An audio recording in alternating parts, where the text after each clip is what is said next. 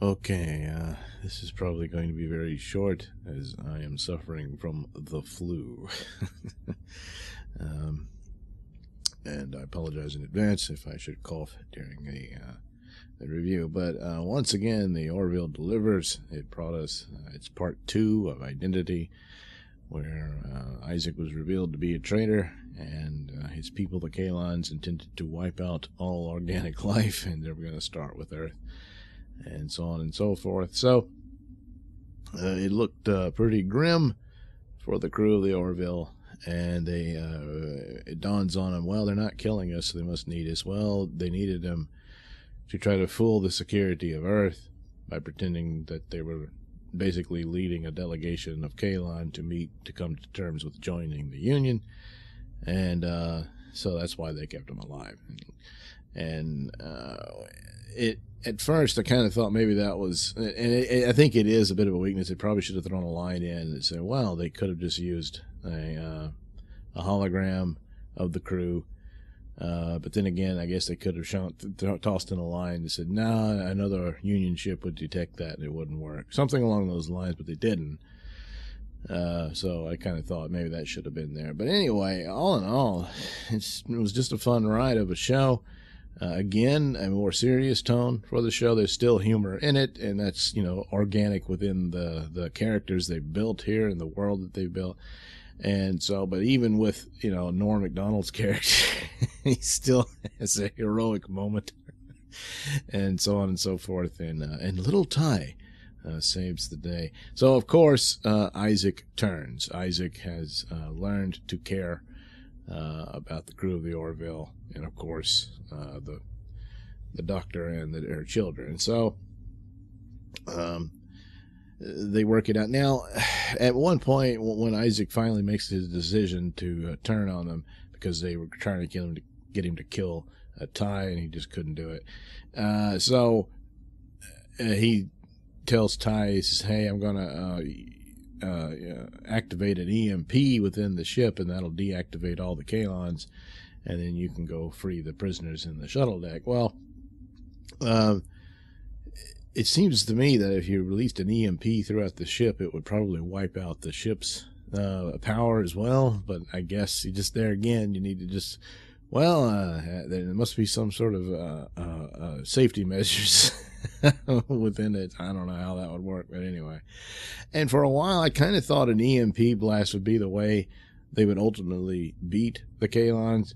But no, you get a ginormous Star Wars-like battle with the two fleets of ship, because they managed to get the signal to warn to warn Earth, and they recall as many ships as they possibly can to defend the Earth. And so there's this big space battle going on, and ships blowing up and everything.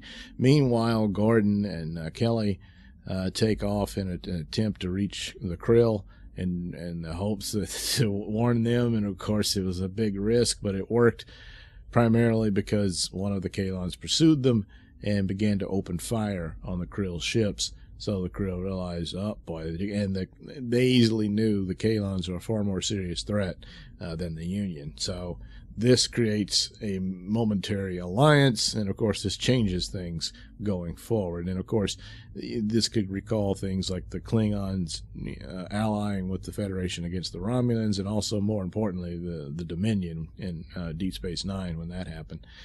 And but that's how wars work. It's like the Allies allied with the Soviet Union against Hitler, so on and so forth. All throughout history these things happen.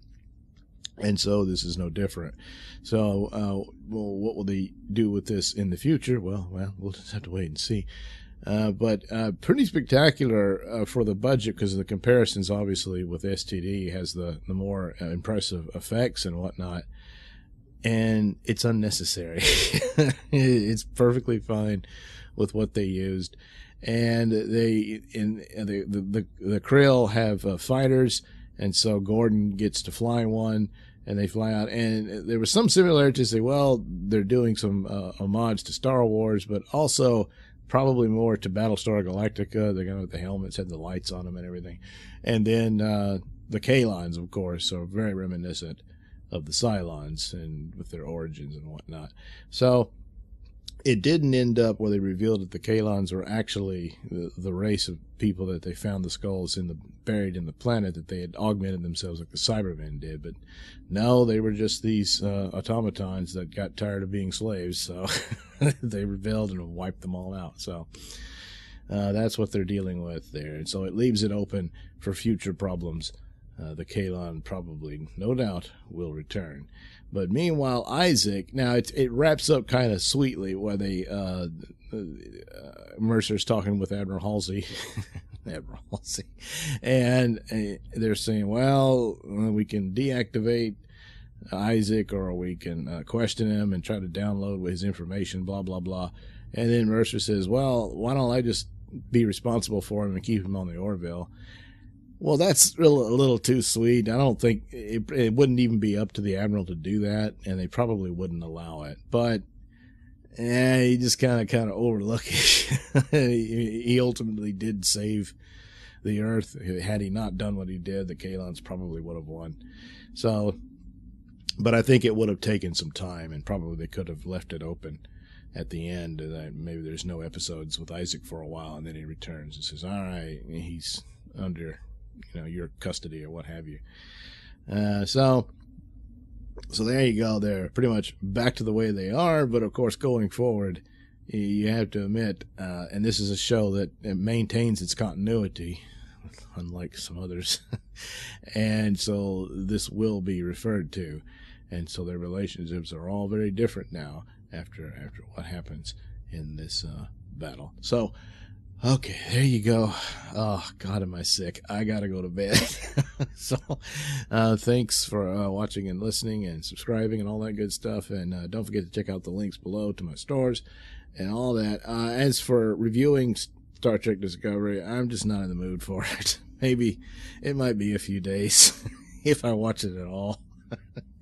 So, we'll see what happens next. All right, thanks for watching and listening.